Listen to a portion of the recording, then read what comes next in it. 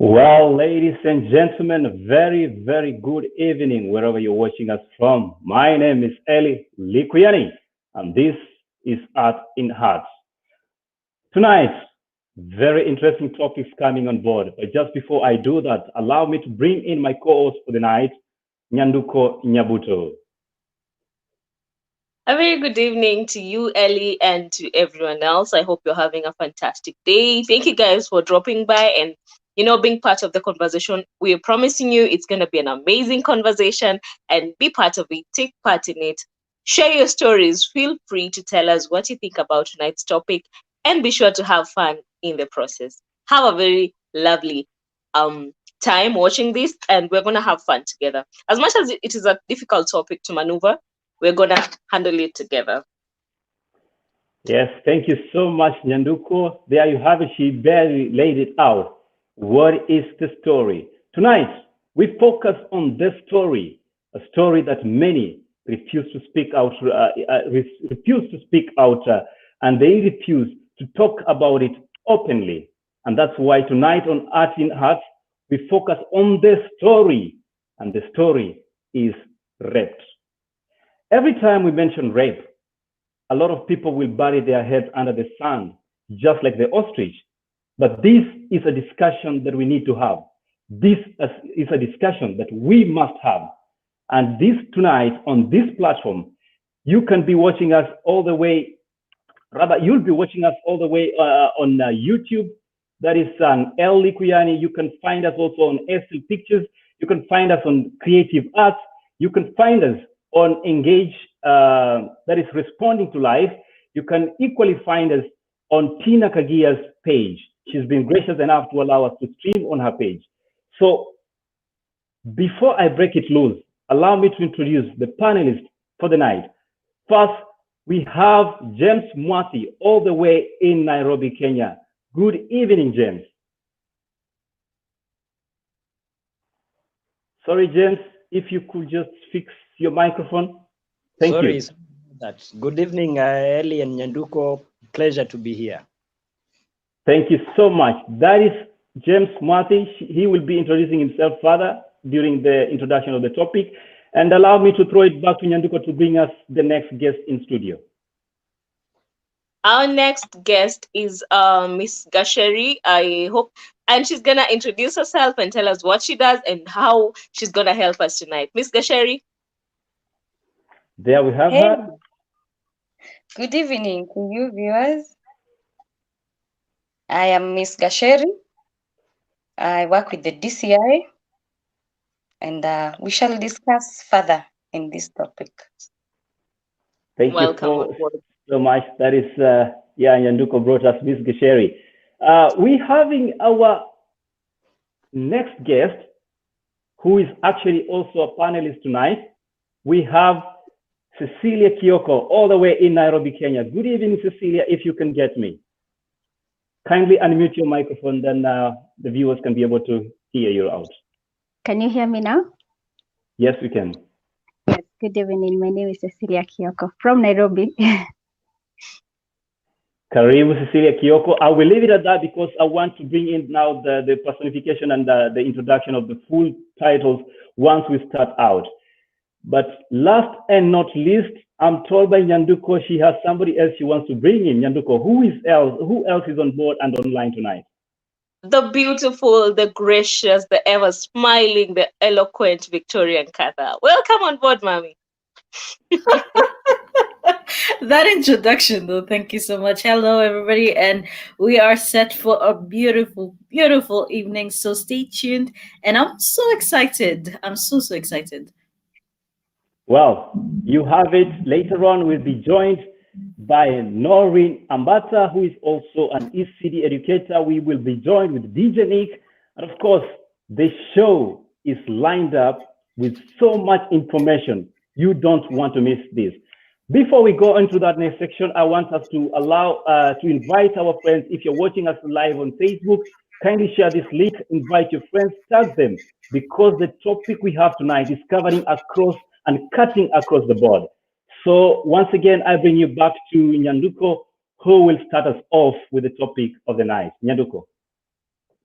Now, I know you're wondering, why am I smiling? Yet you're handling a very, sad topic, something that people do not talk about, something that is a taboo in society that no one wants to address.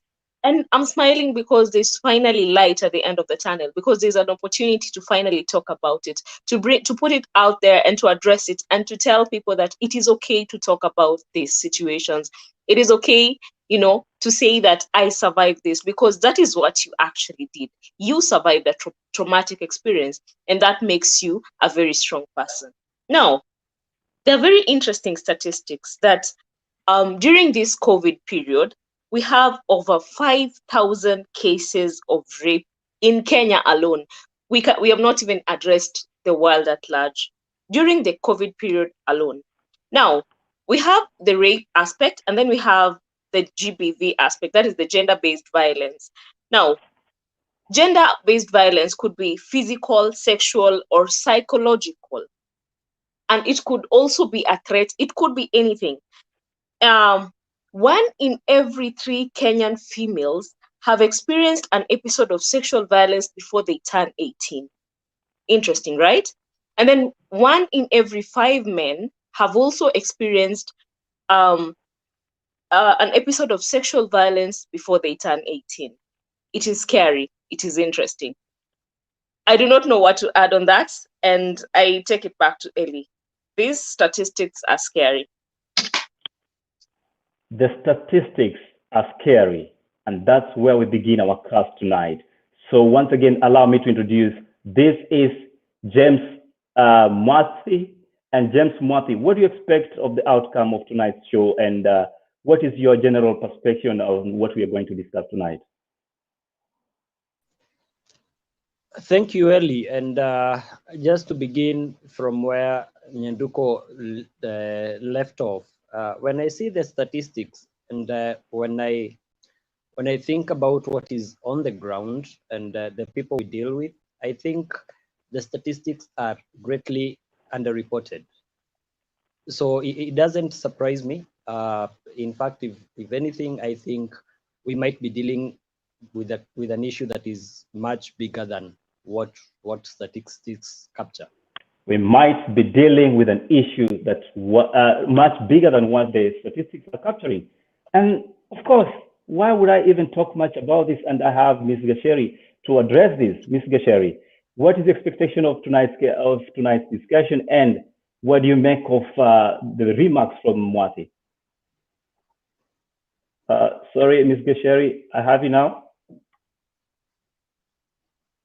At the end of this show, go ahead.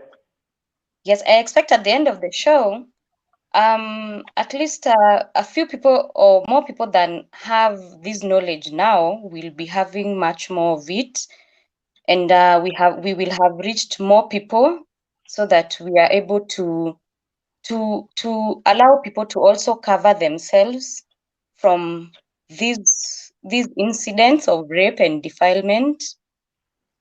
I also expect that at the end of the show, we shall at least have helped somebody somewhere who is suffering with an experience that they maybe have not talked about.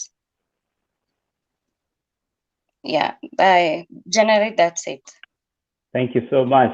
And one last one before I throw it back to Nyanduko to introduce Victoria and her perspective.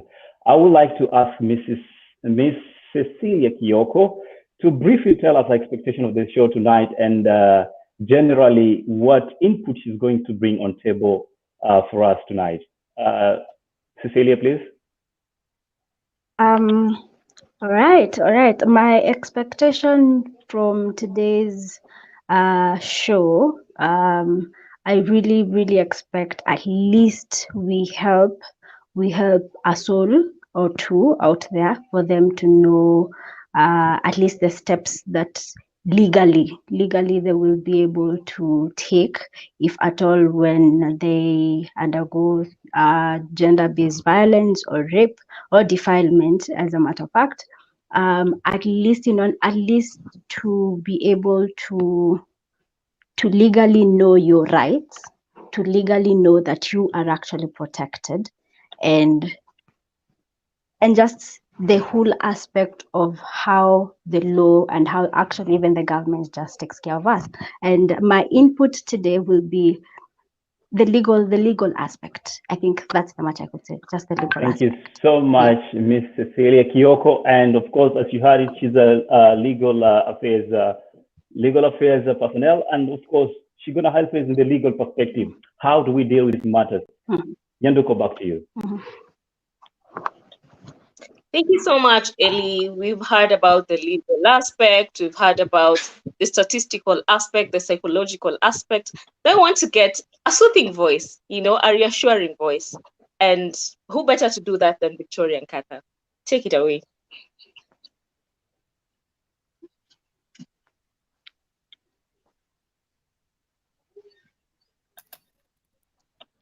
Ellie, mute me. But yes, I'm expecting so much that we can be able not only to help legally, and I'm so amazed by the panel today, but also be able to help people learn how to speak out or understand that there is safety in speaking out. Also being able to get people to that level of courage and reassure them that it is okay to speak out. It is okay that this has happened. Of course, it's not okay that it has happened, but it's okay to speak out on it. It is not a taboo. It is not something that you should shove under the carpet. It is not something that you should be told is your fault. Understand that this is not your fault that it has happened, and understand that you need to speak out so that you can get the necessary help, as you heard from Kyoko, legally, and as from the counselors on board. Understand that it is proper to speak out, because you're gonna also get your mental state in order, because there are people who are suffering from trauma because of situations that they've gone through, and it's very, very important, as you heard, to be able to help people in these situations as well.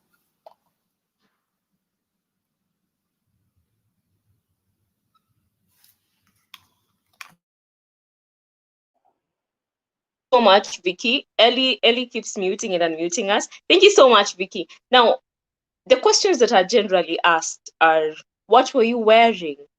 What did you do for him to hit you? What did you do for her to hit you? Were you drunk? Did you provoke it? Did you, and it is interesting that society has made it sound like it is okay to actually think that it is the fault of the one who was assaulted. It is not. The problem was not my dress code. The problem is your mindset. Mindset, you said it, and that's why I start my conversation tonight. My dress, my choice. For everybody that had that discussion going around, I think it was a bit of fireworks down in Nairobi, Kenya, which spewed all the way around the world, and people noticed and got to hear much about my dress, my choice. So, as a psychologist, Marty, what do you make of the idea of my dress, my choice, especially when it has to deal with ladies and, of course, the society and the perception that people have when it comes to sexuality of a woman? Tricky one, depending on from what angle you look at it. Again, the only difference between man and animal is the ability to discern whether to do right or wrong. That's why, I don't know, bad example, lions will mate because they are on heat, but humans will have the capacity to figure out, is this the right time? There is that conscience that everybody, every man or human, let me be very specific here, human is born with, that they have the ability to think twice. So when it comes to the matter of dress code, I do not want to deprive women and men, because rape goes both ways. I do not want to deprive people of the choice of dressing. But at the same time, I would urge caution. I would urge caution and understanding of the environments that one finds themselves. So these are tricky ones that you can't call out on either side. Because again, ultimately, you need to take care of yourself. For example, we can't say just because the government provides security, you will walk around at 3 a.m. or 2 a.m. and hope you won't meet thugs. So you will be safe. So ultimately, even when we are saying that it is okay to have a choice and there is freedom in choice, it also boils down to how well are you protecting yourself. Probably that's my first take. Very, very correct. I will bring in Ms. Gesheri to tell her perspective because this falls within her line, Ms. Gesheri.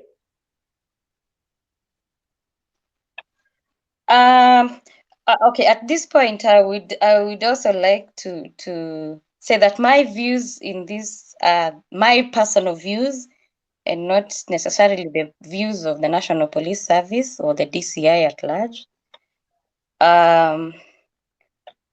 Now, on matters dress code, and I think it all sums up to morality of a particular person, because I don't see, not unless you sexualize everything that you see, then I don't see how a dress or a dress mode would lead you into raping somebody. And some of these rapists will even rape small babies in diapers.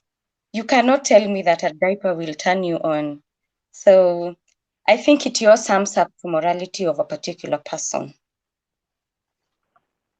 Well, she said it's morality. I don't know what the think tank has to say, and that's Ms. Kyoko. What do you think about morality and when it comes to what is right and wrong, especially in the society that we exist in? Kyoko, I think yeah. Yeah. Yes, morality is really broad, for sure. Morality is really broad. Is it possible that even someone can actually be raped when they are married? It is very true. It can actually happen, you know. Therefore, even as I think Miss Gasheru has mentioned, someone who raped a baby in diapers, really, you know, my dress, my choice. It's a right under the Constitution. We have the right to expression. But I like what other gentleman, what's his name? I think James. Yes, mentioned. Yes, it's a right of expression in one or another, even under the Constitution itself. Okay, but is it derogable? Derogable in the sense that doesn't mean that you go wearing, lack of a better word, your bra and just exposing yourself, you know. But also there's something that's usually said, whether you're in the doctor's office or even in the police station, that one thing is for sure, sexual abuse is not the fault of the victim. I'm not saying that people are supposed to close their eyes, of course, but I'm also not saying that just because you've seen a skirt passing by or a dress passing by, then you go ahead and actually, you know, your perversion, you use your own perversion, you know. So yeah. Very good. Good perspective there. Your own perversion could matter. Nyanduko, what do you think of this, and where do you want to bring us next to this topic? I think you have to manage your microphone because you denied me access. I want to bring a scenario where a lady goes to visit her friend, a male friend, and then a few drinks later, she's raped, goes to report the incident, and the first question is, where were you at his place? But at the end of the day, she did not consent this sexual act, right? It was forceful. Do you think it's right for her to, you know, is she justified to seek the help? Is she justified, you know, to even sue based on the fact that she was at the man's house? Your thoughts? Anybody on the panel to take that? I know everybody's eager to pick it up, but I'll throw it there. I think James is curious, and I can also see Ms. Gesheri is also eager to respond. And of course, the lawyers in the house are also thinking, yeah, this is where I make my money. But let's go to the psychological part of it. She took herself literally to the lion's den. What do you think about this, James? Now, again, it brings to the issue of consent. Yeah. And consent between two adults in private is very difficult to call out. I don't know how you would, maybe the lawyers will help us, but I don't know how, because it's your word against mine. Yeah. And then, unfortunately, very unfortunate, society has socialized us in a certain perception that the woman has brought herself to my house, we've had a few drinks, then it's a go, it's a tick. That is perception. So the question at the end of the day becomes, because the man can argue from a point of, especially if they were both under the influence of a substance, then it becomes very complicated proving rape or otherwise. That does not mean that I support that anytime a lady takes herself, or a gentleman takes himself to a lady's house, then it equals to consent. So all I'm saying is consent is a bit tricky. Probably the legal minds can help us decipher that. Well, before we go to the legal mind, I just want to deal a little bit on the psychology part of it and the counseling. And allow me to bring in Victoria and Tata. Victoria?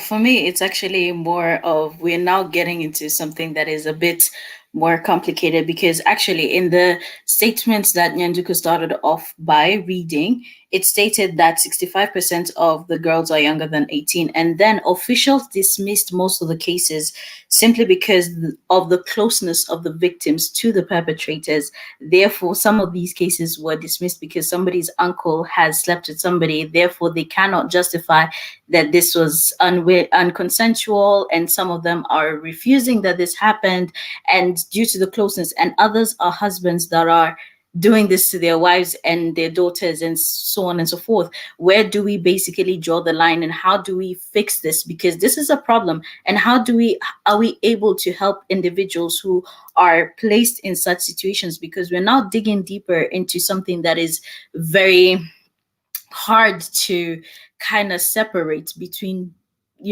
like Ellie said, my word against yours. If my uncle comes in and says, you know what, it never happened, because he's my uncle, somebody might say that I have something against them. Or for instance, with many cases between boyfriends and girlfriends, individuals come and say that this is love gone wrong, and somebody is just trying to go ahead and call out somebody just because they're heartbroken, and so on and so forth. From the psychological aspect of it and from the counseling aspect of it, I mean, we can definitely be there to help, and we're gonna help regardless. As a matter of fact, if somebody comes in and says that this is what happened to me, regardless of whether it is an uncle, a father, or this and that and that, we definitely are gonna go in.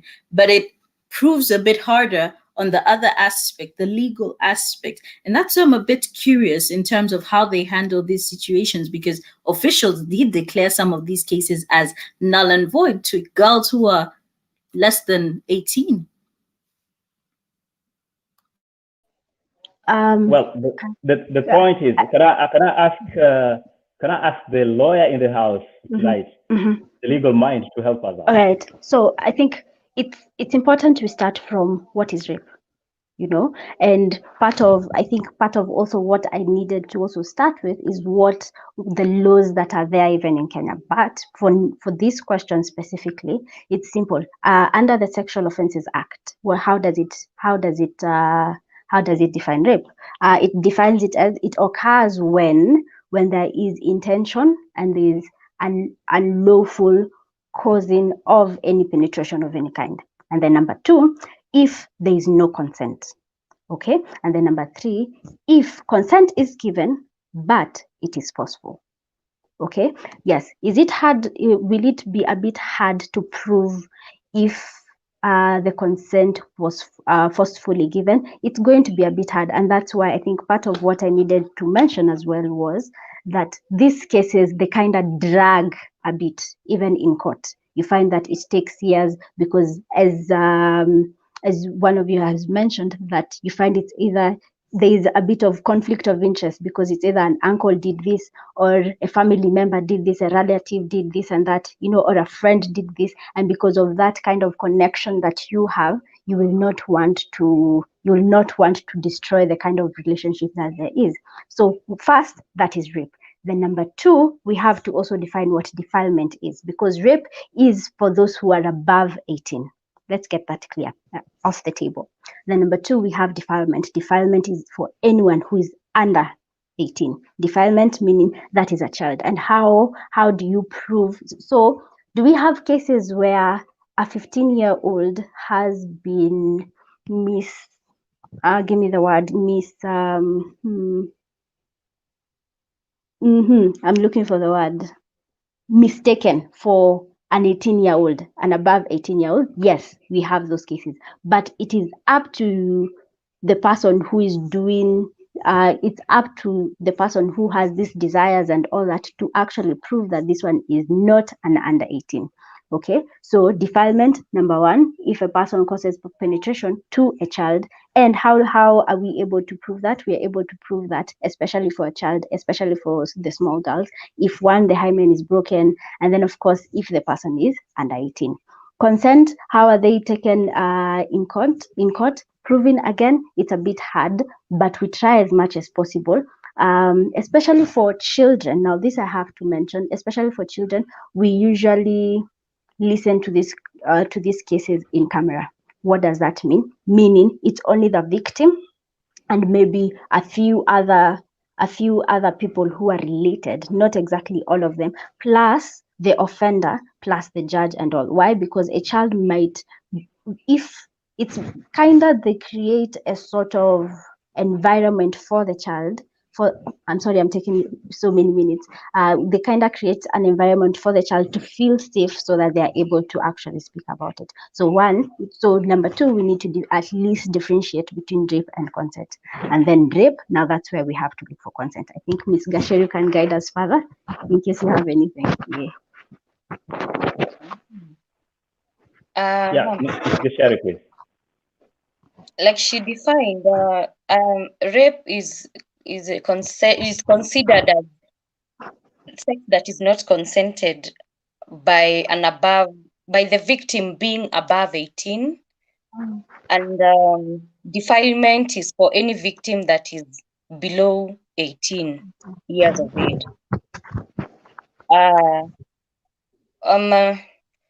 You will find that okay, these days it is not just the women who are getting raped, even our boys are not safe. And you will also find instances where both the perpetrator and the victim are below the consent age, that is below 18.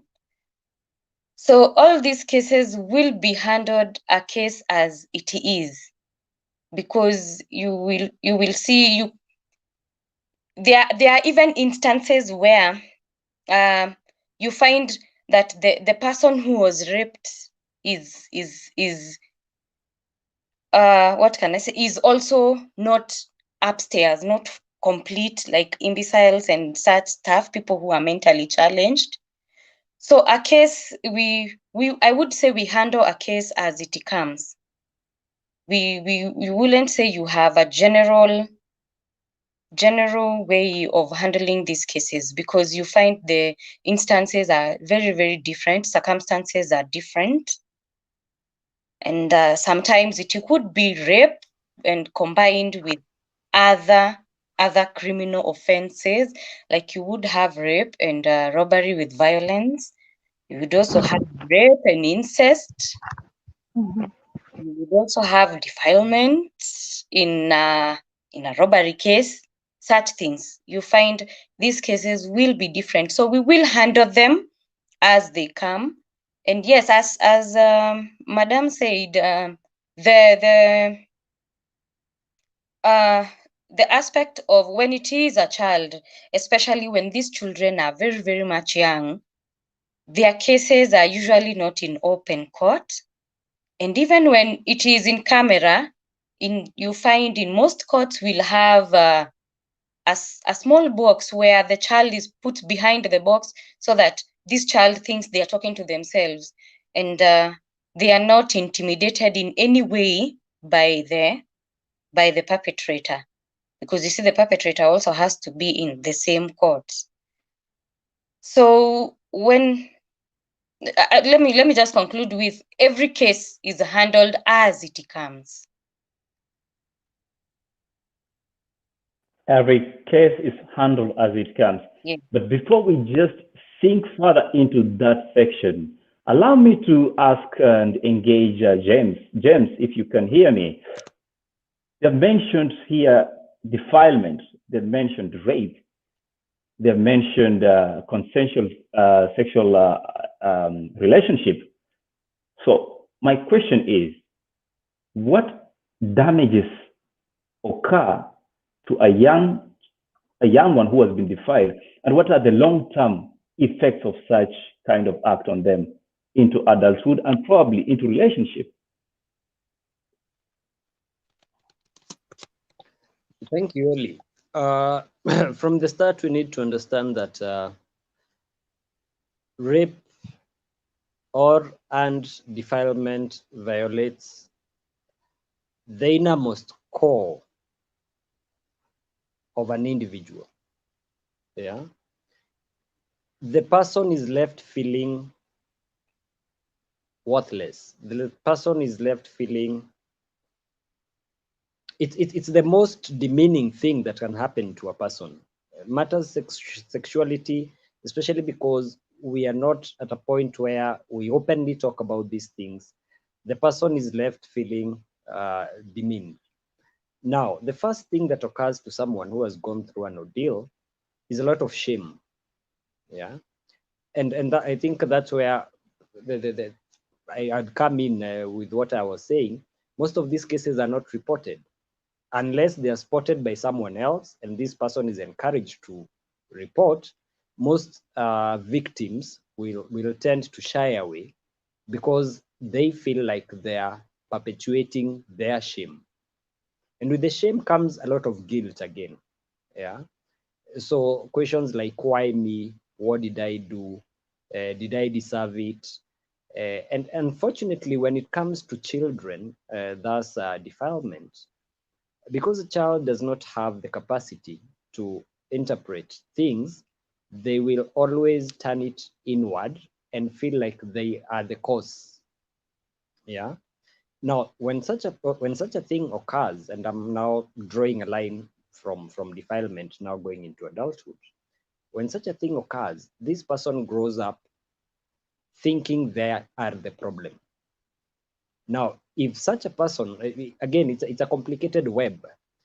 Such a person grows up thinking, I am not good enough, I am the problem. So everything in life they touch, they lack confidence, they do not have the self-esteem. So we will see poor grades in school, we'll see lack of self-belief, we'll see withdrawal and isolation. Yeah. So all these are telltale signs that something is not right. In extreme cases, we will find that kids who were once bubbly and happy-go-lucky go into mutism. We've had children who one day they were talking and then the next their mom, and nobody knows why, and they are unable to talk for days on end. Yeah. So the psychological impact of rape, especially to a child, because again we've dealt with people who were raped or were defiled 16 years ago. So you find the psychological effects manifest when they're adults. These people cannot be able to date. These people are not able to have functional relationships even when they date. These people engage in dysfunctional behaviors, yeah, as a form of self-medication. So you find substance use, you find people have developed anxiety disorders, have developed depression. So it's a long list of psychological effects.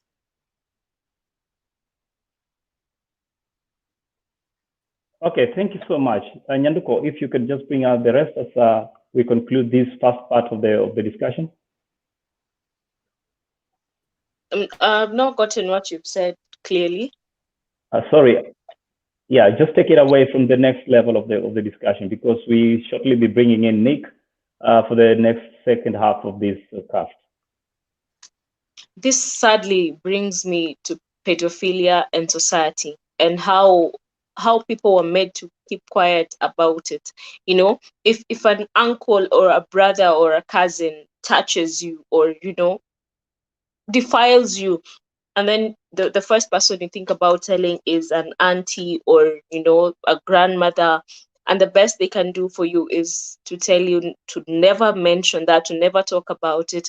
We had a case today of someone who was defiled when they were 7 by a 20-year-old, and when they tried mentioning it, they were beaten. It makes it hard for kids to actually speak about these things, and sometimes the clues are in how they behave towards certain people. You can see a kid being uncomfortable around an adult, or around specific people, and how they handle themselves, and those are telltale signs. It's good for parents or guardians to actually notice that these kids are going through something, and they need help. And it is very rare for a kid to actually make up a defilement issue. I do not think that their brains are that that developed for them to actually come up with a case and say that this happened, when it did not happen. So when they say it probably did happen. And it is good to actually pay attention to these kids, and to listen. All they want is someone to listen and to empathize. And it is sad, because these things happen in society, and people are made to shy away from them and not talk about them and not address them, but they need to be addressed at the end of the day. She Yeah, said it all. Victoria, what do you have to say about this?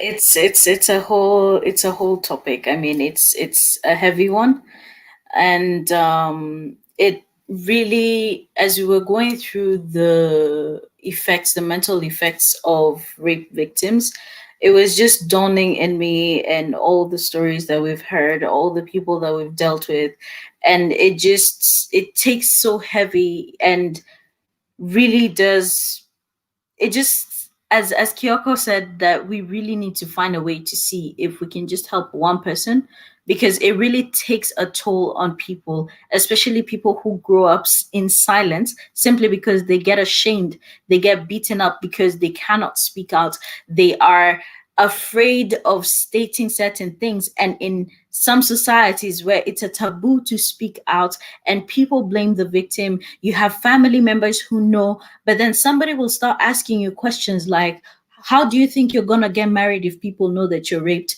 How do you think that anybody is going to even, how do you think people will look at you if somebody knows that you were raped?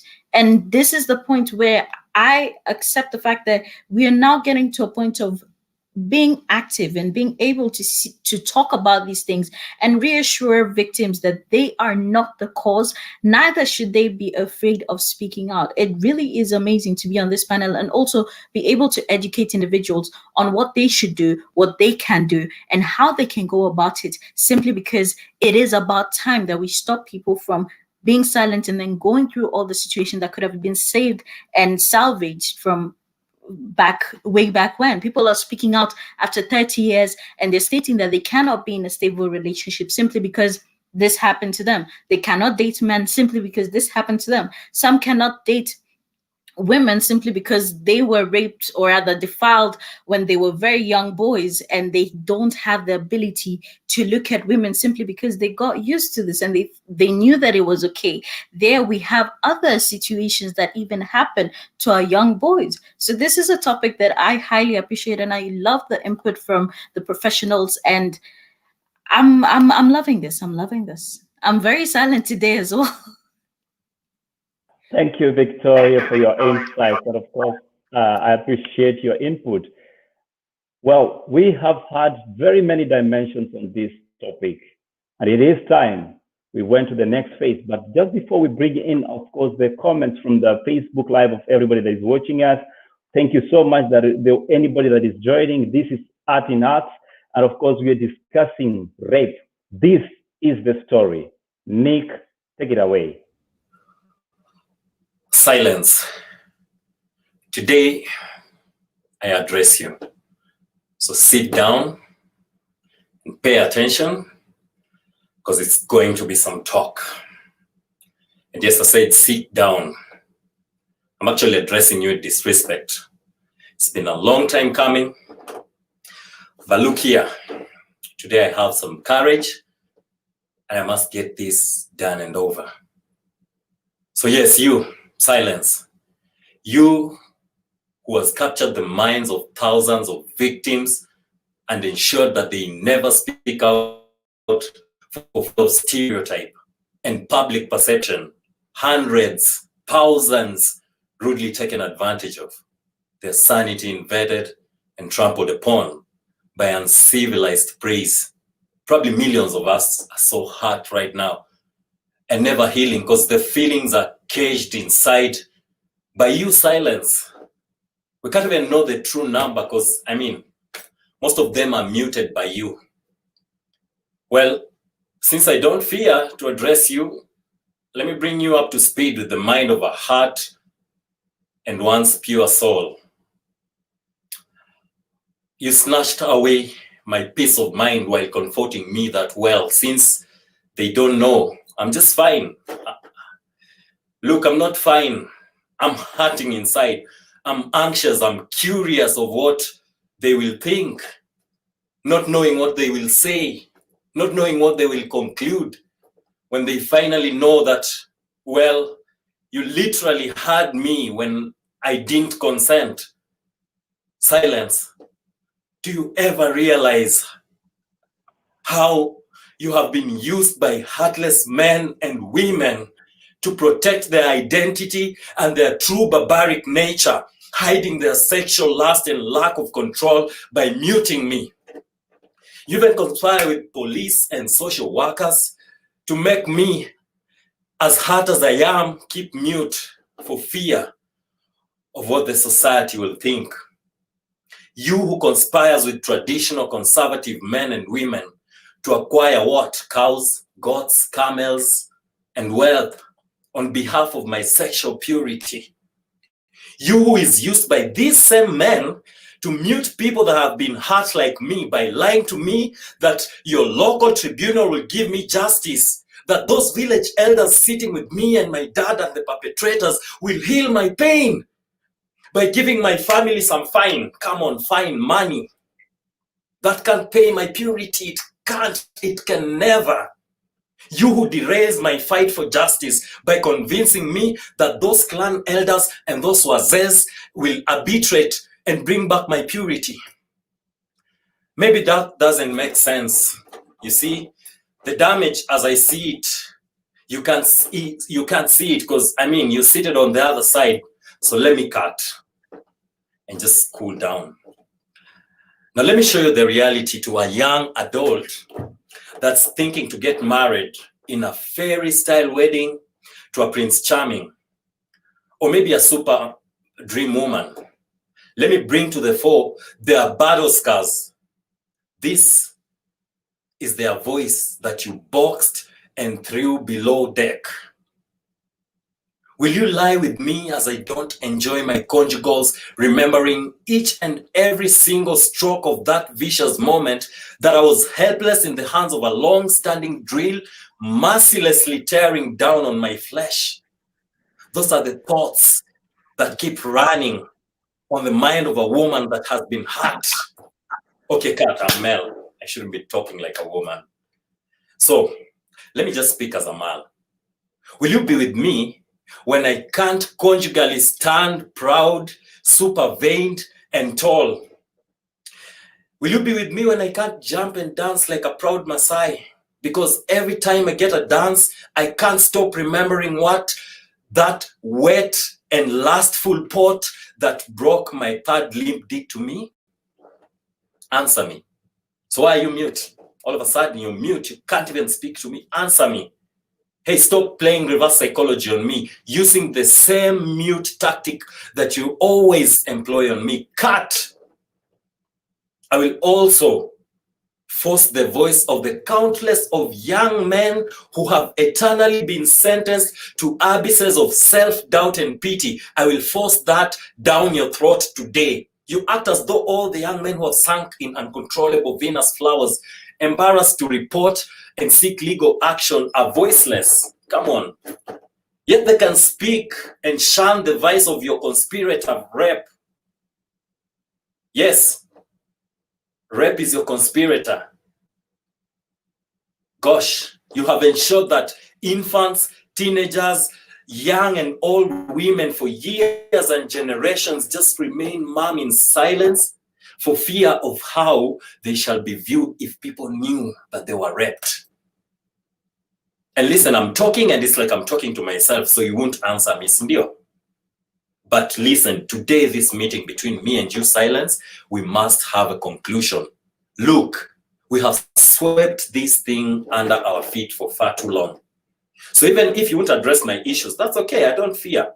I don't fear you, so I will go ahead and I will tell you the painful truth that you hold me in a tight, choking clutch, denying me the breath of freedom to just be free, to share the story of a very sad day, a tragic morning to some man, a catastrophic evening to some lady, an unforgettable night to some teenage girl, a tragic and ending minutes for some infant. Can you just imagine a whole grown-ass man lying there on top of an infant for what, 2 or 3 minutes of what? Is that even pleasure?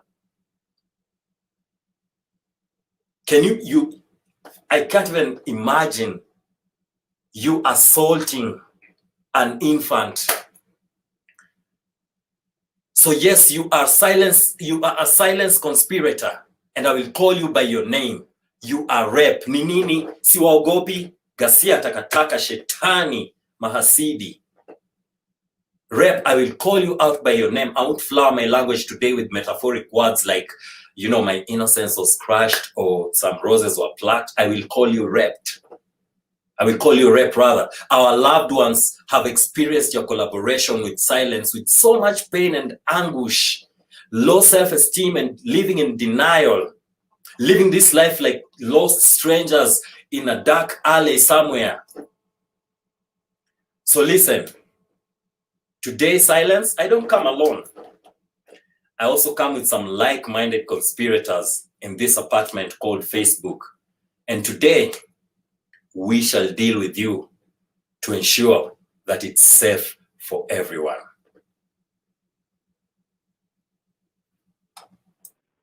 Thank you, Nick.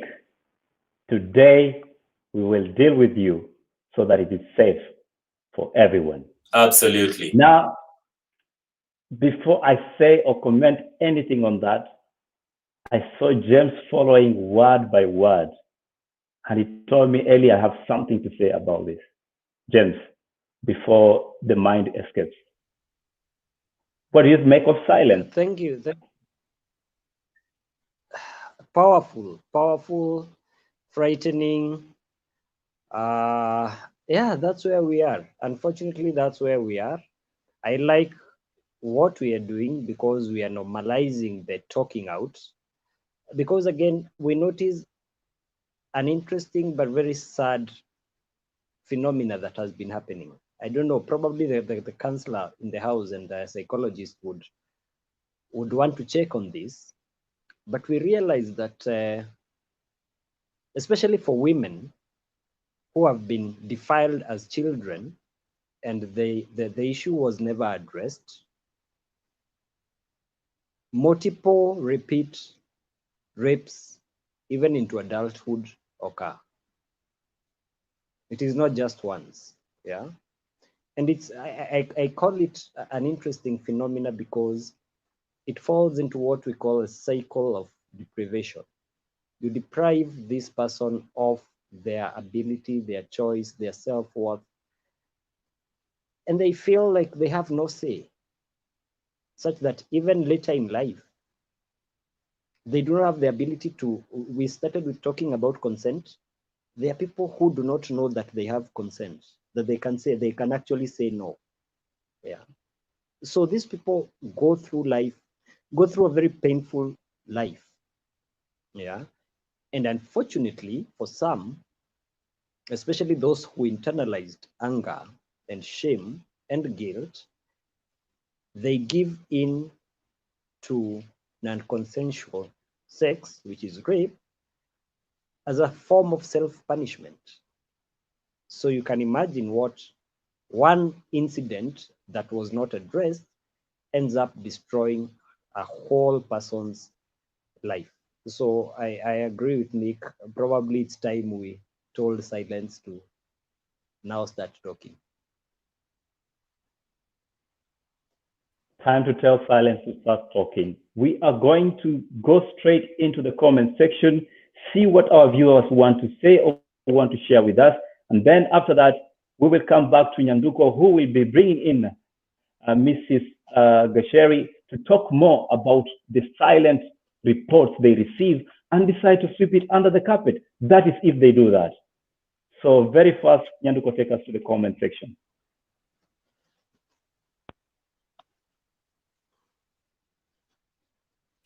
Okay, now to the comment section, we have Rebecca Nduku says watching, Johnny Kamau says following from Belgium, Shadi Kime, Kabisa proud of our very own Miss Gasheri, our chief whip. And then we have Fifi Pat says it's painful. And then Vera Susan says it is the most painful experience. And then Susan Mutai says sad, the physical, emotional, mental pain all these little ones go through, it's inevitable. They are vulnerable, innocent little ones that have no voice. Someone needs to listen to them. That the only way to help them through the pain. You guys are doing a great job. Thank you so much, Susan Mutai. And then we have a comment up there from Shishwini James. And she says, let's talk about pedophiles too. Let's enlighten our kids and parents on how to identify them. It breaks my heart to see a child being defiled. Breaks my heart as well. And that is why this is a very emotional topic for me. Gina Obeto says, thank you for putting it there.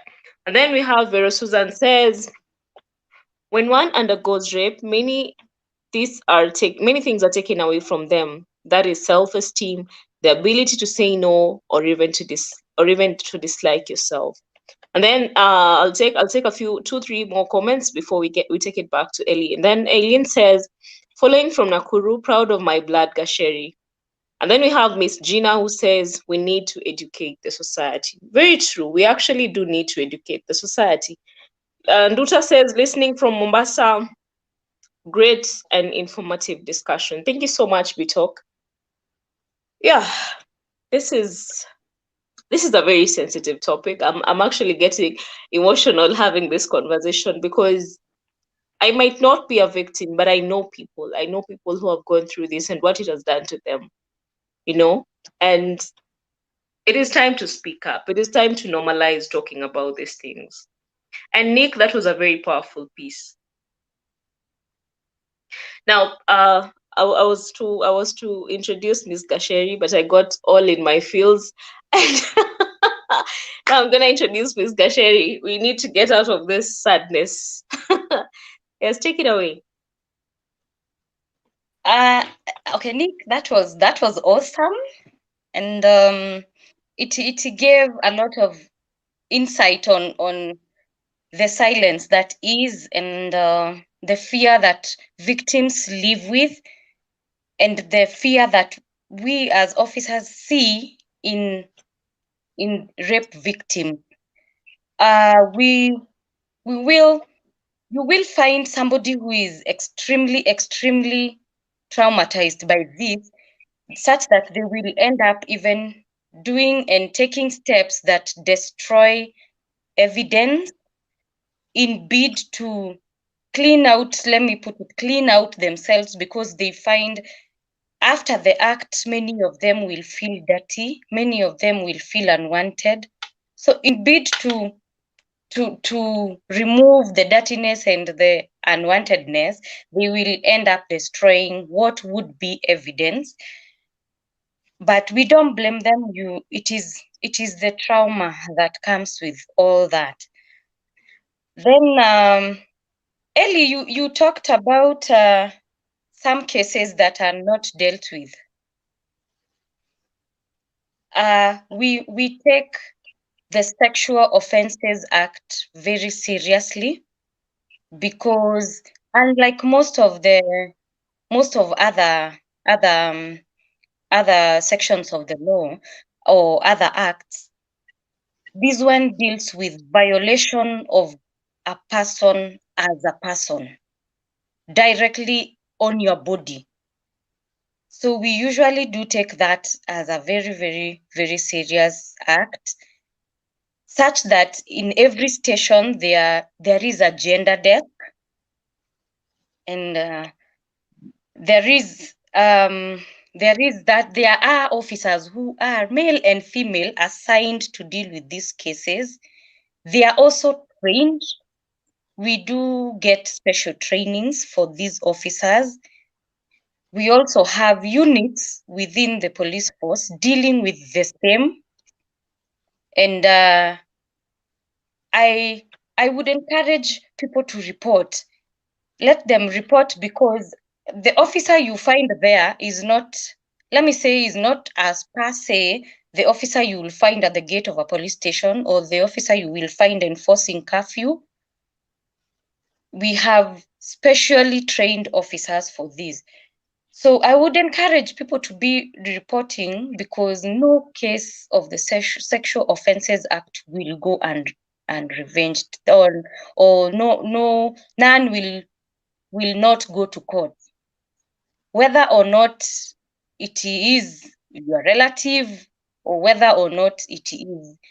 And Ellie, if I may note at this point that in Sexual Offences Act, the complainant is not usually the victim as per se.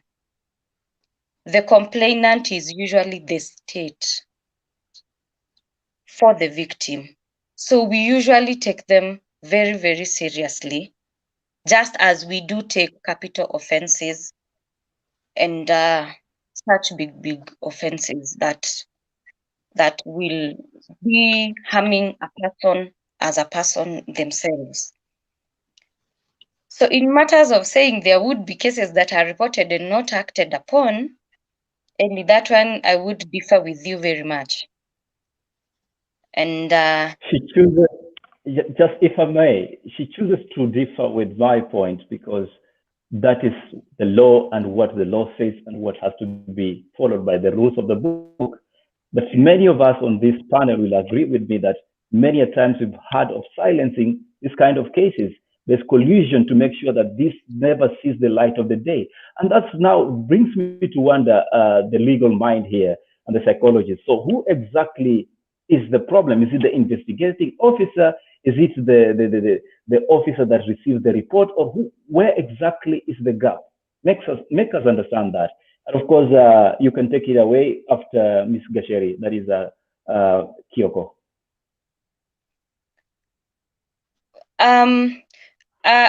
Let me say, I wouldn't want to discuss police work as per se, but at the same time, like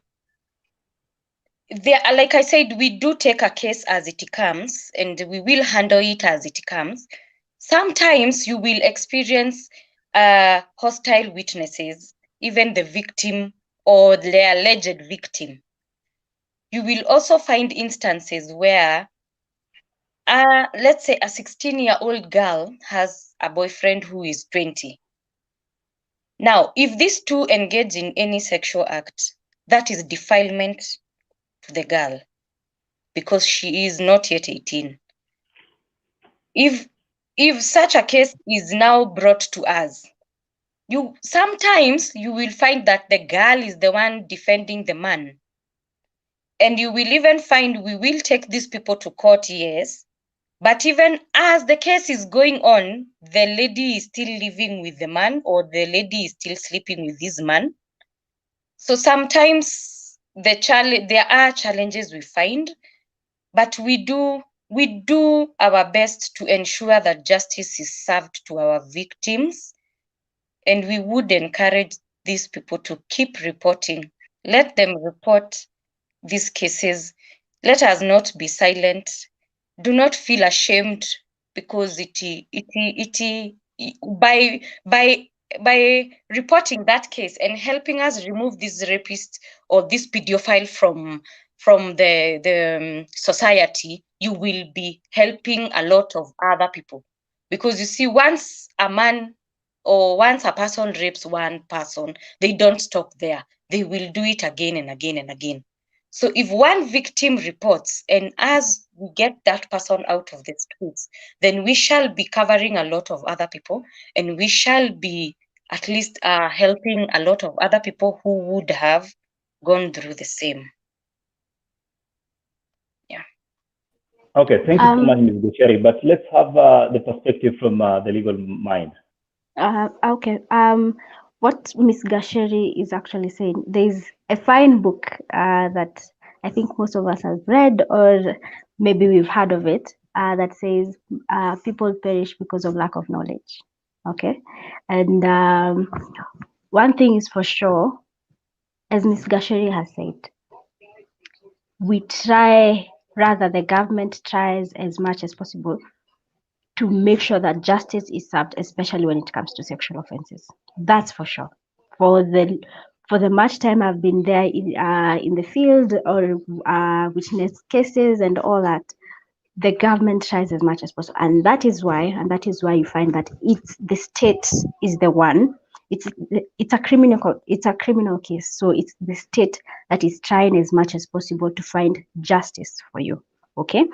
The reason as to why maybe someone might say that they were not given justice, it's either they slowed down or it's sort of delayed.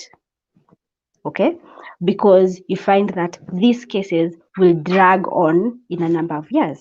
Okay, why? Because of bails and bonds that maybe the accusers, the people who have raped them, when they go ahead and ask for bail or they ask for bonds, and then maybe there is hearing, and then maybe there is COVID, or there's a change of dates, there's a change of this and that. So that is why you find that a number of these cases are pushed yearly.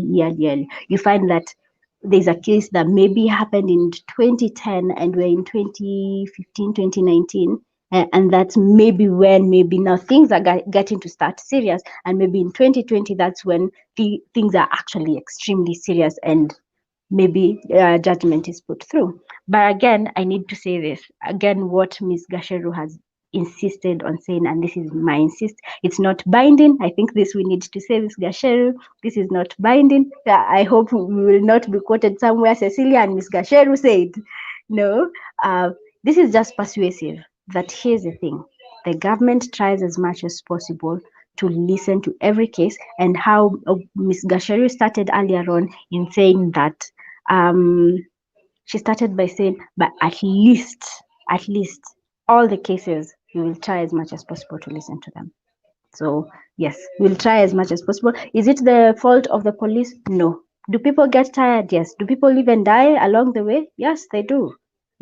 Files get lost. Why is there bribery? It's Kenya. There is bribery in one or another. But I'm not saying that this is not something that is going to force anything to be held behind. Again, this is a criminal case, and if you find that it's it's usually R versus, let's say, for example, Mutiamani, that's a name.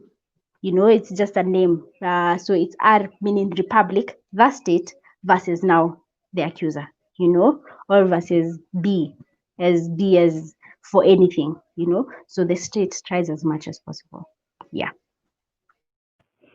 Well, I have the perspective of her, and I know some conclusion remarks from James, because he has notified us he must leave the show.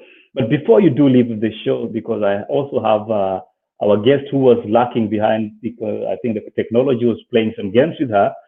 Noreen, welcome to the board. Very quickly, James, with everything that has been said tonight, can you give us your conclusive remarks so that I can be able to move forward? Moving forward, how do we assist then these victims of such cases? Because we have cases that are happening among children, cases that are happening with the married couples, because it's been mentioned, and also cases that are happening just on your way back home and things happen. How do you help figure out issues and help this kind of person?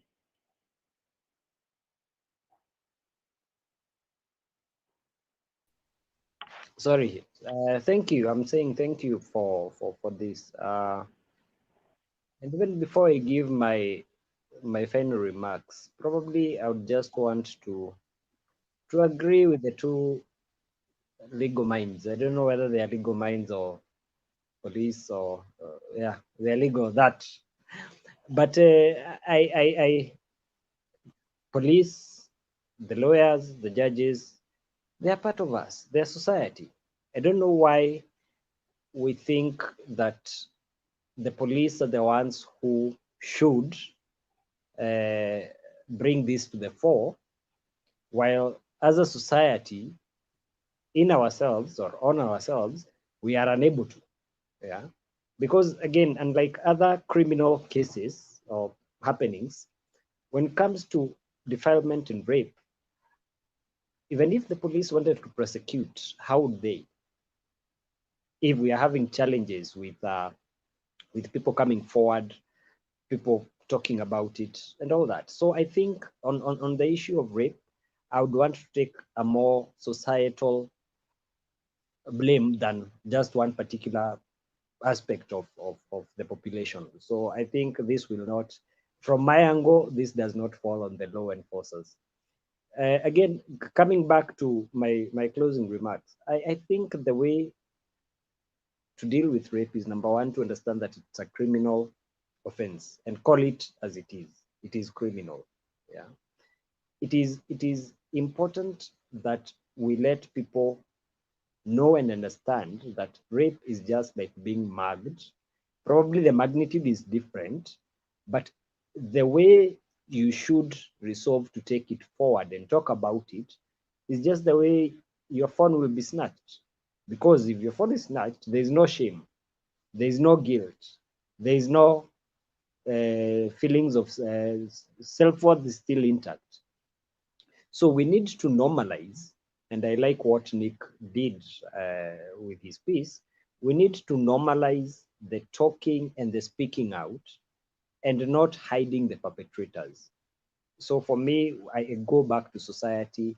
Even before we blame the police, even before we say the cases are dragging, I would want us to take the first step and say rape is a crime. And from there, then we can now start debating on what are the penalties, what are the way forwards, what are the... So let's do away with the shame. Let's do away with the guilt. Let's understand that it is not the victim's intention. It is not their fault. Yeah. And call the rapists as they are, criminals. Probably that's where I would want to leave it at. Thank you so much, James Mwapi, for your very interesting contribution to tonight's show. I will allow you to step out of the studio as we conclude this. Everybody, that was James Mwapi for you. He's actually professional counselor and a psychologist in that respect. If you may need to contact him, you could send us an email. We will provide the addresses at the end of this cast. And of course, be sure that he is able enough to help you walk through this step in terms of counseling. Thank you so much, James. Thank you. Now, I know we have a lot of you that haven't been able to put out their issues. Victoria has been looking at me because she wants to grab my neck. But we have Noreen, who has taken a century to arrive, but finally, wanasema mwenda pole hajikwai na akijikwaa husonga mbele. Manake hiyo. Hivyo basi, let me introduce Noreen. Noreen, very fast. Children, you're dealing with children most of the time, and you have issues to deal with children that have been defiled at home. Very quickly, in your scenario at school, how are you able to figure out that a child could be undergoing some sort of trauma, either physically or otherwise back at home? And how can you help such a child? Thank you so much, Ellie. In school scenarios, you'll find that children who have been affected or who have been engaged in such activities, you'll see them. First of all, you'll notice that their their style of walking, definitely you'll see like they're walking but not normally. That is one thing me as a teacher should notice or should note down. Once you see that a child is not walking in a manner that is normal or normally, that means there is something wrong. So as a teacher, I need to take action and try to find more what is happening to the child. The second thing you realize that the child withdraws. She okay, mostly he or she will totally withdraw from school activities and will not even want to socialize with one another. They'll always want to be isolated.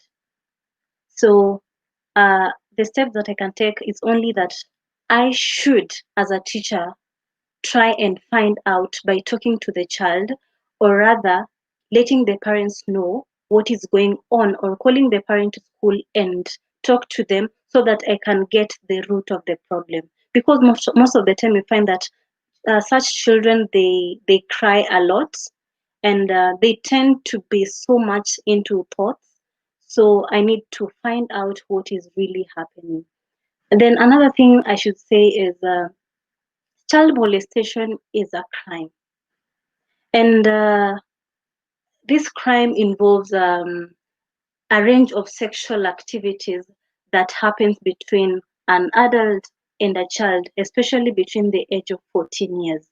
Because at this age, you realize that, okay, Seth said, I remember I was in and I heard Cecilia say that below the age of 18, that is, you said it is rape, right? So this is something that happens to children, and we as parents or caregivers, we really need to look into it and take necessary actions so that to help the children escape from this. And I know it is not easy, but we can always try.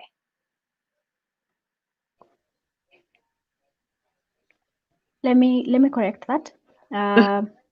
Below 18, that's defilement. Above 18, that's rape.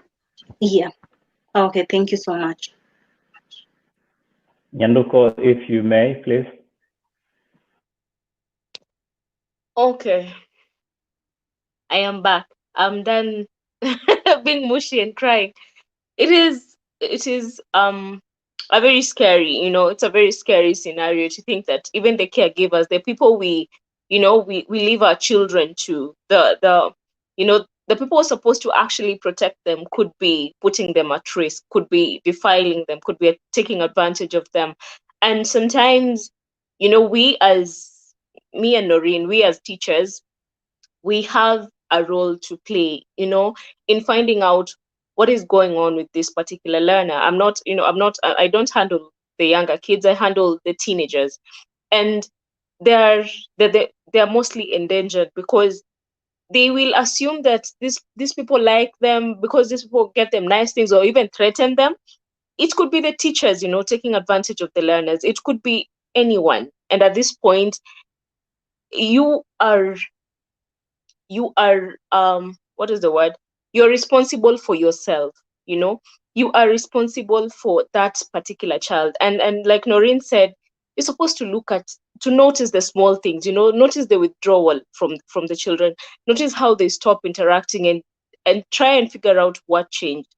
Earlier on today, we saw a scenario where a child was defiled by a relative, and there was no penetration or anything. It was, but okay, the penetration was tried, but because the child was too young, it could not happen, and the guy had to use the girl's thighs for his satisfaction. It is messed up. It is twisted, but these things happen, and it is sad to know that these things are what these girls, these boys carry with them into adulthood.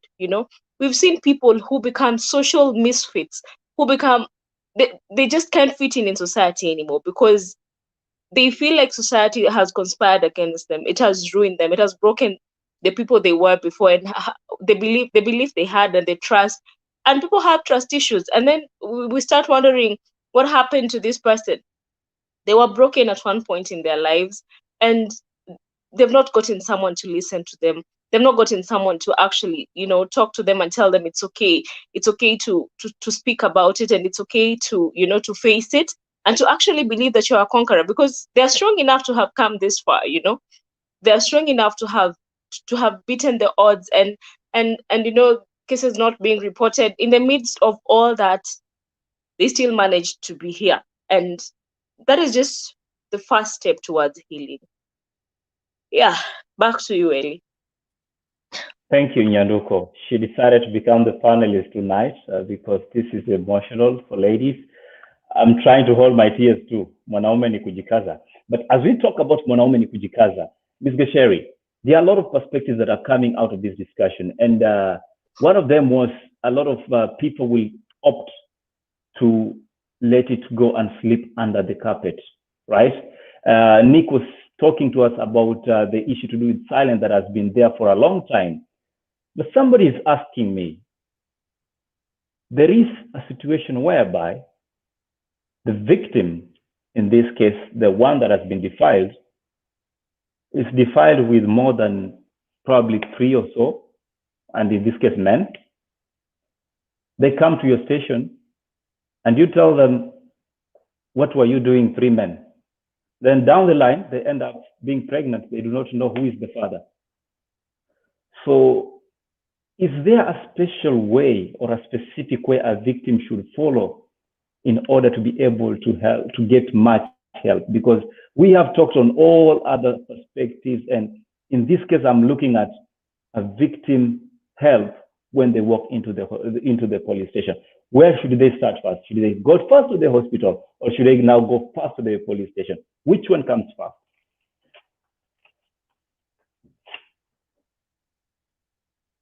Okay, I got you. Okay. Allow me. Okay, go ahead. Take it from your end, please. Take the microphone from your end. Okay. Ellie. Yeah. None of the above comes first. What you do first is not to take a shower. 2, try as much as possible not to change your clothes. And if you must change, don't wash those clothes. And those clothes, don't put them in a nylon paper bag, because it alters the evidence that could be on them. You can put them in you can wrap them in a newspaper. You can put them in these current generation bags.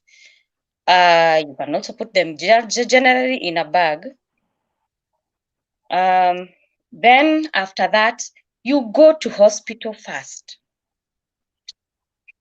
When you get to hospital, or you can report first, whichever, either of them can come before the other. But see, if it happens to you at night, you will not run to the police, or if it happens to you, you will not run to the police first. You will need to go to hospital for 1 or 2 things. And you should either report or go to hospital within 72 hours of the action. This, I say 72 hours because when you get to the hospital, you will be cancelled first before anything else. After that, you shall have some tests done on you. You will do like a HIV test, you will do a VDRL test, you will do a pregnancy test. Then you will also do a HVS. A HVS is a high vaginal swab. Allow me to use those words. The reason we do that, the HVS is done, is for us to try and gather evidence from within your body, which the evidence here we would be pointing at is spermatozoa from the assailant. Why we would need to do that is because once the perpetrator is arrested, then we shall also be able to take DNA evidence from them. Then we shall be matching with what we got from you. Now, from there, at the hospital, you will get a physical exam for the doctor to be able to establish the extent of your injuries. Because sometimes these rape and defilement victims really do go through a lot of physical injury. Some they will be torn, they will also be hurt in other areas of their bodies. Then at the hospital, you will also be given an emergency pill to prevent you from getting pregnant, not unless now you're already pregnant. Then you will also be getting PEP, that is post-exposure prophylaxis for HIV. Then the doctor will also ask you a few questions because they will be filling a form known as the post-rape care form, PRC form, which is filled in threes. One copy will go to the police, the other copy will be left with the doctor, and the other copy will be given to the client. Sometimes you'll find the client will not be given because the police officer may want to keep the copy so that the original is kept away from the police file. So the third copy is usually, maybe I can photocopy for them, but I would want to be left with two. Yeah. Then we will also fill, at the hospital, they will also fill a P3 form. The P3 form also will now give us if you had other injuries, and will also give the extent of injuries or the extent or even the results of all those tests that the victim has had. Then now from there, we will be seeking to arrest. Once the perpetrator is arrested, the perpetrator will also be taken to hospital. When the perpetrator is taken to hospital, the doctor will be seeking to do a physical exam on this person, because you see, rape and defilement is usually more often than not a violent incident, and in bid to protect themselves, the victim may also injure the assailant. This would support the victim's case. So now, then also the assailant will also have some tests conducted on him also, or her, because sometimes the assailant is a woman. They will have also a HIV, a VDRL, and also the physical exam. They could also, they will also be put on PEP, because at the end of the day, in as much as they are assailants, they are also human beings. So they will also need to be protected, because you see, the victim could also be maybe HIV positive. So even them, they would need to be protected in as much as they are assailants. Then we shall have a P3 form filled for the assailant. If you look, I don't have a copy of it, but if you look at the P3 form, it has 4 pages. At the very back page, they will indicate that this is filled for an assailant in a Sexual Offences Act offense. So as I said, for the victim to be able to protect our evidence and for them to be able to protect anything that may help them in the case, let this person not take a shower. Let this person make a point of reporting at the police station. For your information, a doctor will not fill for you a post-care rape form without an AB number. So you would need to first get treatment. I advocate for this person to first get treatment so that these 72 hours don't elapse and you are covered always, then now you can come and report to the police, and then now you go back to the doctor and they can fill for you the forms that are needed. At the end of the day, this you will realize all this would be useless if the victim does not report. If the victim does not speak out, whether the victim is an adult or the victim is male or female or the victim is a child, the first step is for them to speak out. Tell somebody that will assist you in taking the next step.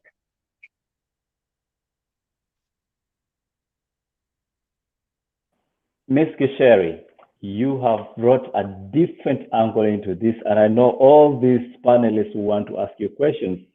But let me try and control it, otherwise it's going to spill out of proportion.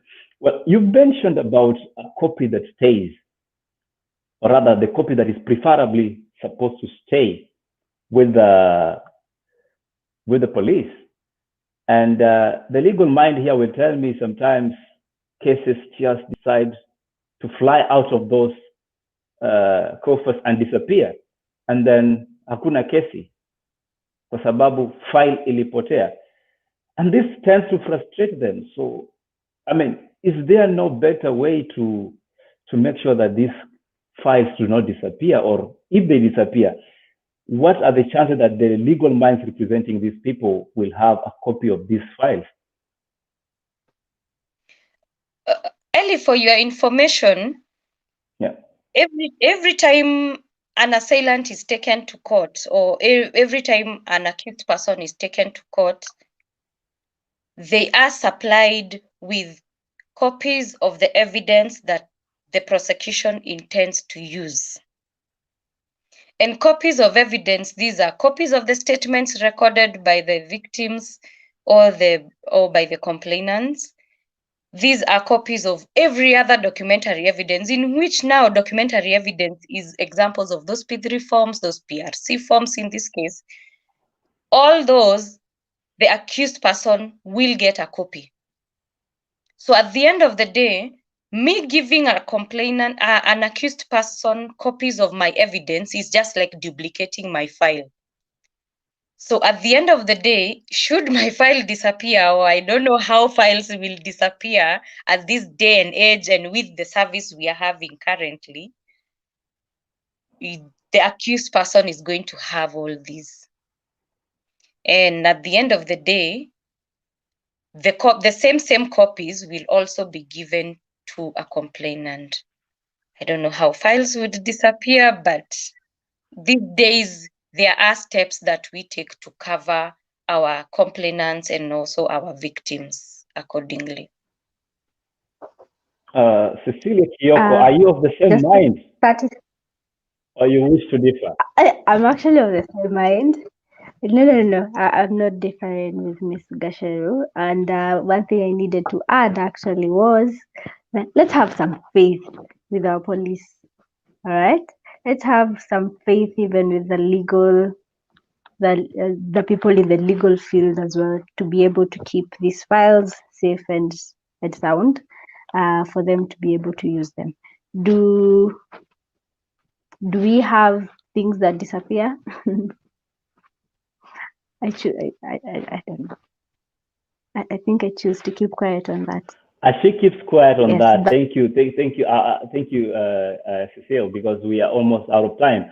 I will quickly ask Nyanduko to read this out, and in the same breath, ask the opinion of Mugata, and at the same time, the opinion of the DCI.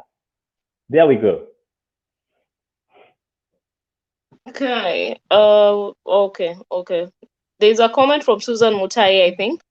Susan Mutai says, could the delayed judgment of these cases be the reason why many victims get discouraged to report their ordeals? And how can the government become more effective in handling these cases to encourage more victims to speak out? It's really sad for someone hurting to wait for 3, 4, or even 5 years. Then there's this one here. What are your thoughts? And then there's Fifi Pat who says, how do you know it's rape though? Some bitter women are out here destroying our men's reputation too. Interesting. So Very first, I want interesting. a reaction from Kata on those two, and then I hope I'm able to get back Ms. Gesheri. However, there is Cecile Kyoko who can also help us through. So first of all, let's go with what Susan Mutai made in the comment. And very fast, I want a reaction from Kata on that one, and then to Ms. Gesheri. Okay, I actually have so many comments that all through this conversation I've just been sitting and burning, you know. But could the delayed judgments of these cases be a reason why many victims get discouraged to report their ordeals? I think Ms. Gasheri is the best person to answer that. From my perspective, not only the delayed judgments, but also the aspect of not being able to speak out, as we are constantly saying, the shame towards it. And as a counselor, we go into the mental aspect of it. There was something that I wanted to add in where individuals are shamed and put down, and then once they come out, it's completely different, because there's some questions that come in that are not necessarily the prettiest of them all. And of course, if you go somewhere, and as we also mentioned earlier on, there's some places where when you report, they're told, now this is a case of this and that. And as the legal minds also explained to us, that there's a conflict of interest in so many of these cases. And these could actually be part of the reason why there's so many who do not report, where somebody says that, you know what, this happened to somebody and it was their uncle. Of course, these are more complicated issues, as I've understood, and I now have more knowledge in that. But somebody else might look at it and they might have had an experience where they have been raped or defiled, or rather their kids have been defiled by a father or whatever, or a boyfriend, or so on and so forth, and they feel that they cannot report this simply because of how the case has gone. So it's not a matter, I feel that it's not necessarily fully a matter of the delayed judgments, but the whole complexity of the situation that makes it hard for individuals to come in and report simply because they see the history of it, and thus the result becomes a delayed judgment. If I am understood. Yeah, sure thing. But that was to have the mental part of it, the psychological part of it, because there's always an issue when it arises that an individual will tend to keep quiet about some issues. But this was being told in terms of reporting. That is the first part. Reporting will deal with the DCI and everything. But again, there is the dragging of the cases where the legal mind comes in. So split first that one, and then after that we take it to Nick, who will answer the second question from Fifi parts. So Ms. Gesheri, once again, the reporting part of it. I will screen the message so that you're able to go through once again.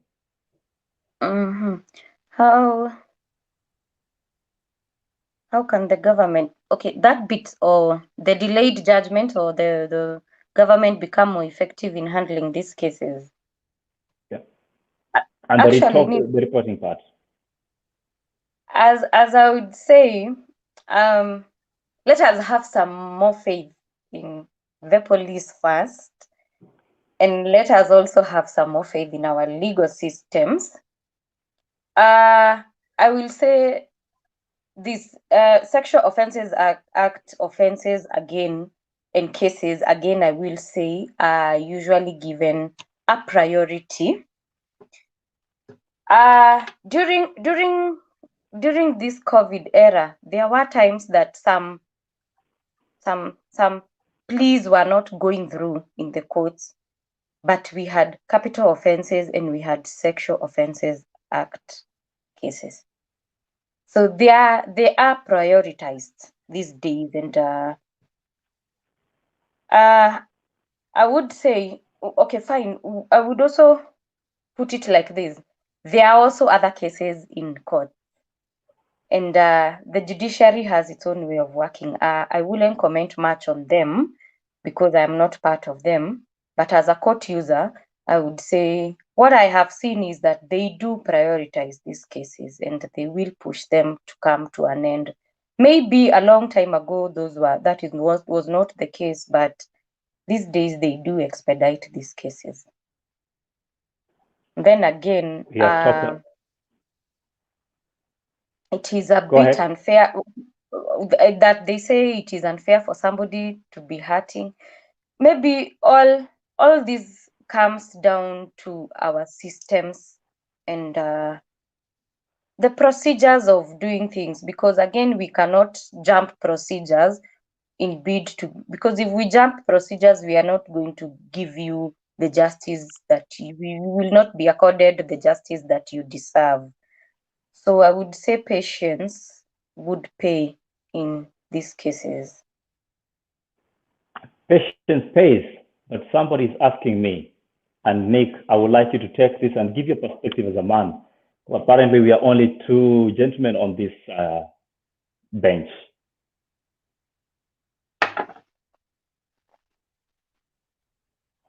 If you can take that again and your microphone, please, Nick.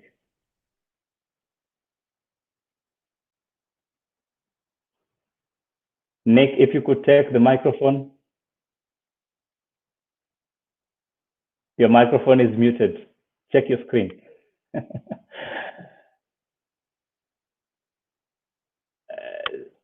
We seem to be having Nick will be checking on his microphone, and then let's quickly bring in Nkata again. We have issues to deal with persons that have been defiled at a younger age and probably ended up getting pregnant. Yeah. How do you help these people, especially with children that come as a result of this? Do you advocate probably doing away with such pregnancy, or what would be the right way to help somebody like this mentally? Because these are issues that are happening in the society. And then after that, we'll have Nick to respond to Fifi Parts. You see, at this point, it's a matter of choice, to be honest. There are tests, as we heard, that are done. And I am so sure that one would have to choose whether or not to remove this child or keep it, and so on and so forth. However, we have situations where people do not report, as we already know. People do not report and they end up having pregnancies. Now, whether I'd advocate for people to remove pregnancies, this is a matter of choice. However, when it comes to a point where you have a child, you give birth, and so on and so forth, the right way would be to have a counselor on board who can be able to help you through, not look at the child as a point of hatred, but as a point of, you know what, this could be part of the healing. There's so much that goes into it, that this could be part of your healing process. And the child, it's not the child's fault, to be honest. However, the action towards bearing this child is the problem, but it's not the child's fault. Therefore, a child should not suffer the mistakes of its father, or its, you know, the seed bearer. So it's a matter of choice in terms of whether you want to remove this child or not. However, once it gets to the point where the child is out and you have this kid, there's so many who go ahead and throw away the child simply because they cannot bear the pain, but it's because they don't have, again, knowledge in terms of finding the right people to be able to walk with them, to guide them, and to help them, to counsel them. And once people realize that these people are here to help you and that this is not your fault, because there are people who don't even take care of these kids because they would start blaming themselves and asking themselves, how can I take care of a child who I got from rape? And they have that shame within them. Therefore, it is very important, very, very important, to raise awareness on every outcome that can come off of rape, and be able to establish the fact that people are on board and you have the help that you can, and it's a matter of knowing where to seek it. As Kyoko said, I love what she said. There's so many people who do not know the help that they have at hand. They do not know how where to go about it, and how to do it, and who to seek help from. And that's why we're doing what we're doing. And I love what we're doing, because at the end of the day, there's so many outcomes to rape. From this conversation, there's so many outcomes. There's people who get pregnant, others get STDs, others get, like, there's so many outcomes from it. Therefore, it is very important, even as a counselor, to be able to hold people's hands on the outcomes of such as a pregnancy. So for me, it's just a matter of holding people's hands and being able to help them through as much as possible. and also respecting people's choices.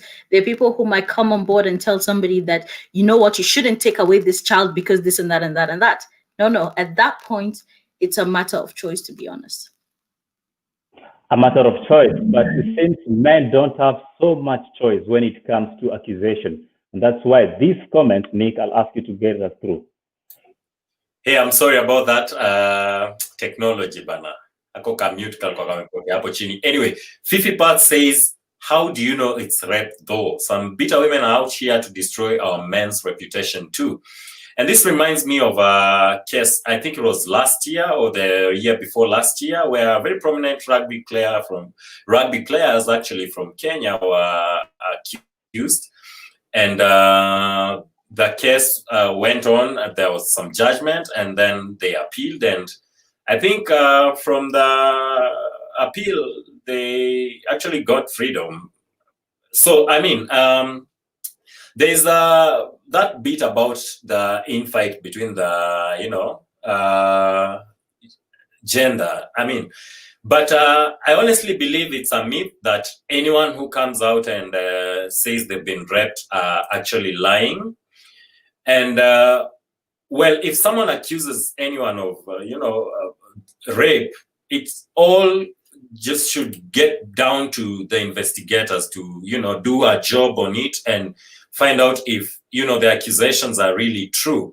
And also from just a layman's perspective, I'm not a psychologist or a doctor or an investigator, but from just an ordinary fellow's perspective, there are also some other myths that I would really love to point out before you wind up that, perpetrate these actions. For instance, some people think that, dressing in a certain way or taking some drugs or drinking alcohol means that someone is actually asking for sex.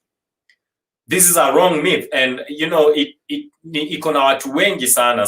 Most people think, even when you go out in a club, it's so easy to spot someone spanking a lady who's sort of tipsy, because they think that since she's drinking this type of alcohol or she's taking these drugs, she's asking for sex. Also, that the clothes that a person wears or, also shows that they want to engage in a sexual act is also a myth that we should deal with. And, we should just be human, common sense. I mean, consent to have sex has to be communicated directly. Drugs and alcohol or where you are or how you are dressed doesn't invite, sex. And in this sense, the offender is ultimately he takes responsibility for the assault. Because if huyo mtu didn't communicate that they needed sex, they wanted to have an intimate time with them, the responsibility duly rests with the offender. Now, this myth also, it distorts the truth by shifting the blame away from the offender and onto the survivor. All of those myths that, taking drugs, taking alcohol, and these are some of the things that make people just go silent and they don't want to be open about these cases. Also, some people think that when people report rape, they are lying, like we saw that comment from her. And I like what Nyanduko pointed out, the perspective that there was this case of defilement, but there was no penetration really. But really, if you think about the situation, a grown man, ejaculating on an teenager or even whatever age on their thighs, it's so disgusting. Also, I like what Ms. Gesheru pointed out, that if a person doesn't fight back, it means they wanted it. People react differently, I believe, in different situations. Some people will panic, some people will be shocked to a point where they'll not know what to do. So we also need to stop the myth that if a person doesn't fight back, they really wanted it. Yeah, I think that would generally be my reaction to that. My last take on the same topic, very fast, Ms. Gasheri. And guys, get it correct, it's Miss Gasheri, not Gasheru, not Gashira, it's Gasheri. Thank you for that correction. Very fast of all, Ms. Gasheri, everybody is talking about sex offense, this, sex offense, that, rape this, rape that. But are there any particular advice or you give to victims or potential victims of sexual violence in terms when the attacker comes to them? Is there any defensive mechanism you apply, probably psychologically or physically, that you can advocate for?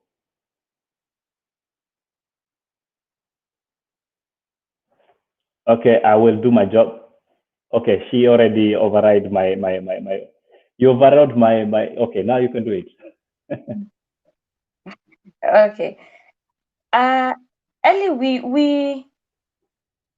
I wouldn't. Okay, from our end, we usually rarely will give any. But as a woman, I would advise any person who is in a situation where they find that they are accosted by an assailant who intends to either rape or defile them. I would advise the person to look around first and see exactly what this person is up to. One, if it is at gunpoint, most definitely it is okay, fine. It is a wound you will live with, and sometimes you will wish you died instead. But again, you'd rather be treated for rape and be cancelled and be guided through it than be dead. So at some point, also you would, if it is at gunpoint, you would also weigh and maybe submit and probably inflict 1, 2, 3 wounds. Then again, if this person amekuja tu ako tu yeye peke yake, you can either one, aim at their privates. You don't just first you would pretend you're giving in. If it is a woman, she would pretend she is giving in, but the minute this person removes their gadgets, then you go for it. You can pull it, you can bite it, you can do anything to it. Then you can also aim at their eyes. People don't know that the eyes are usually a very, very, very easy part to accost an attacker in any situation. If you take your thumb and you press that person's eyes in, the pain that person will be in, they will not be able to do anything to you, and you will also be buying time to run away. Again, okay, those are tactics from my end. Then again, you're also advised to I don't want to indulge in dress mode and stuff, but if you know you're going, let's say you're going to visit friends that maybe you have not visited before, you don't know them as per se, then I would advise you to avoid dressing in whatever the society calls provocative dressing. Then, and I will put that in quotes, the provocative, because it may or may not be provocative to other people. Then also, as much as you can, try to avoid dark places, dark corners. Try to avoid walking at night alone. That is for everybody, even men. You find these days even men are being sodomized, and they will be sodomized even by their friends. They will be sodomized by family members. They will be sodomized by unknown people. Sometimes they will be robbed, and at the same time they are sodomized. So if you can avoid walking in some areas which you know are not safe as such, then you also, as a person, if you must meet a stranger, meet this stranger in a public place.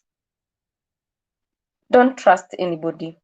Meet this person in a public place so that whatever happens, happens. But generally, I would say, Ellie, as my closing remark, if a person says no, may they be a child, may they be male, may they be female, if they say no, then let it be no. No matter how this person is, whether this person is intoxicated or not, whether this person is dressed in a way that you think she deserves to be done whatever you want to do to her or to him. If they say no, please let it be a no. If they say no, let it be a no. Nyanduko.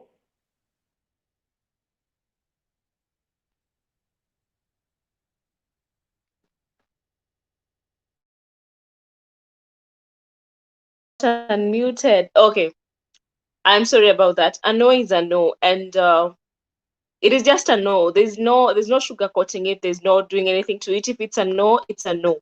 And that is why we have this movement called Thursday in Black, whereby on Thursdays we dress in black for a world that does not have gender-based violence and that does not have rape. So you could join the movement, send photos on Thursday so that they can be posted. And we have a page, and it is okay to speak about these things. And once you have beaten it, you have fought it. It means you're a survivor. It means you're a strong person. And thank you so much, guys, for coming in and for sharing your insights on this. It was a very touching conversation and a very hard one at the same time. But we have learned, and we might have helped one person, one or two people at the end of the day. And that is what we aim at doing, just one soul at a time. And I'm so glad that you had this conversation. I know a lot of people feel better. Yeah, and my closing remarks, have a good night and thanks for dropping by. Thank you so much, guys. Well, she already wished us a good night, but I think the legal mind wants to tell us something before she can bounce to her bed. Your closing remark, Ms. Kyoko. Closing remark. Be bold. Speak about it. All right. Report rape, report defilement, report sodomy, whatever it is. And also the societal perspective of things. Let's also not take everything we are told. There are facts to it. And let's have a bit of faith to at least our systems. The judiciary, just the justice system in general, let's have some faith in it. And just be bold and have some faith. Will be good. Thank you. Very good. Be bold, have some faith. Nick, closing remark. Okay, you did that thing again, so you can go on. Back to you, Nick. Well, I'll just echo what Nyanduko and our good friend from DCI has said. Let a no be a no. If someone says no, just respect that and let the no be a no. And thanks, guys, for also sharing your perspective about this topic, such a sensitive topic, but talking about it and ending the silence. Doing this is actually a step towards ending the silence. So cheers and keep up the good work, everyone. Thanks and good night. Thank you, Nick. We have Victoria Nkata, Miss Psychologist. Tell us something. Thank you very much. Thank you for a beautiful, educative evening. It has been very, very, very mind-opening. And I would just say, seek the help that you need. And again, just repeating what everybody has said, let the no be no. Do not, and if you know anybody that has these tendencies, you also have the responsibility to bring them out, report them as well. You do not stay silent when you know that certain things are happening behind closed doors. I mean, you also have the responsibility. We all have a responsibility as a society to be each other's keepers. Therefore, take care of each other and also get to also help the people who, if they're not brave enough, be brave for them. Our lawyer said, be bold, be brave. And sometimes for some of the victims, they're not brave with themselves. Therefore, it is our duty to be able to push them forward and help them understand that it is okay to speak out. It is okay to come out there, seek the necessary help that you need, because it goes a long way. Madam DCI said that, you know what, it is better that you get the wounds and be helped towards it, but help will only come if you seek it. Otherwise, people are not going to know, and people will not help you, and it might even create even larger wounds than what it's supposed to be. So therefore, guys, make use of the people around you. And if you need any help, we are always here. Everybody on here has a contact information that you can get to them from. Mine, Responding to Life, it is our work mentally to be able to help you guys. So definitely reach out for anything. Reach out to Arts and Heart. Reach out to everybody on this panel today, because I'm so sure that they will be able to help you and give you the necessary guidance as you have heard. So that's my closing remark. Thank you so much, Ms. Victoria.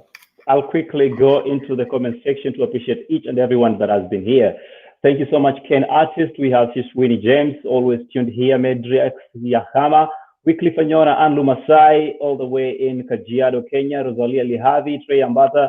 We have Shao Purity Puri, we have Pascal Ndaga, Benjamin Olama, Edwin Aboko, 50 Pats, Rebecca Ndukunzive, Ben Max Ole Bancius, very interesting names, Shadi Kimei, Josephine Kirori, that is Josephine Korir, sorry, Judy Charotich, Vero, Suzanne Mutai, Miss Gina Obeto, and of course we have Nduta Bitok, Mwangi Karanja, and every contributor that has made this possible tonight. In my closing remarks, I want to say this: parents have a better and a bigger responsibility of protecting their children. When your child leaves home and comes back home looking strange according to how you're used to them, it is time to investigate. It is time to question. It is time to start looking deeper. I'm not asking you to police your children around. I'm asking you to watch out for your children, because you are the first line of defense. To the society at large, we have a bigger responsibility to protect this generation. We have a bigger responsibility to protect our boys. Most of the time when we talk about defilement, we address the girl child. Most of the time when we talk about defilement and gender-based violence, we point our noses and eyes towards the ladies. But in fact, our boys continue suffering in silence. We take them to boarding school as a result of them being not able to be tamed at home. But there in boarding schools, a lot do happen there, including sodomy. I dare say that in our high schools, there are sodomy. We have teachers and caregivers who are responsibility is to take care of their children, but they end up being the perpetrators of these actions. I'm asking you, step up as a parent, delegate duties, but be the eye-hawk parent in that family. To the government, it is your sole responsibility to take care of your citizens. It is their sole responsibility to make sure that justice is served, because justice delayed is justice denied. I call upon all institutions responsible with policymakers to look into this matter of sexual offenses. And of course, as much as we are told today that you have made it possible to access these services, I'm asking us, we can do better. I do not see a reason why I need to go to the police station after going to the hospital. I think it is the responsibility of the government to make sure once I get to the hospital, I report I have been defied. The police is sent to me, statements are recorded, and directly from there, the prosecution begins. Because it takes one person to change a generation, but it takes the entire society to mold a child. Tonight, this has been Art in Art. We appreciate you staying with us. We appreciate watching. We appreciate your engagement. For everybody that makes this program possible, including my panelists, that was James Mwathi, our psychologist tonight. We have Miss Gesheri from the DCI Kenya in our own personal capacity. Thank you for making time. We have Miss Cecile Kioko, who is a legal mind in the board tonight. Thank you for making time. Nick Lusuli, our resident male panelist in this show. Thank you so much for making creative pieces that evoke mind-changing decisions in each and everybody. And of course, I cannot forget one Victorian Kata, who has been always passionate about changing and responding to life positively. But of course, I have my one and only co-host who has made it possible and gives me the gear to continue working hard as we bring you this cast every Friday. For of course, from myself here in Belgium, as a Kenyan who is abroad, as a Kenyan who loves the country, as a Kenyan who is patriotic about doing things the right way, I want to dare each and every one of us, protect that child, because you never know, you could be the nearest help that they have. Have a great night, and thank you for joining this class tonight. This is Heart, brother, I will take that again. This is Art in Heart, and the matters of the heart belongs to the art, because art is the philosophy of life. Have a good night, ciao, ciao, and God bless you.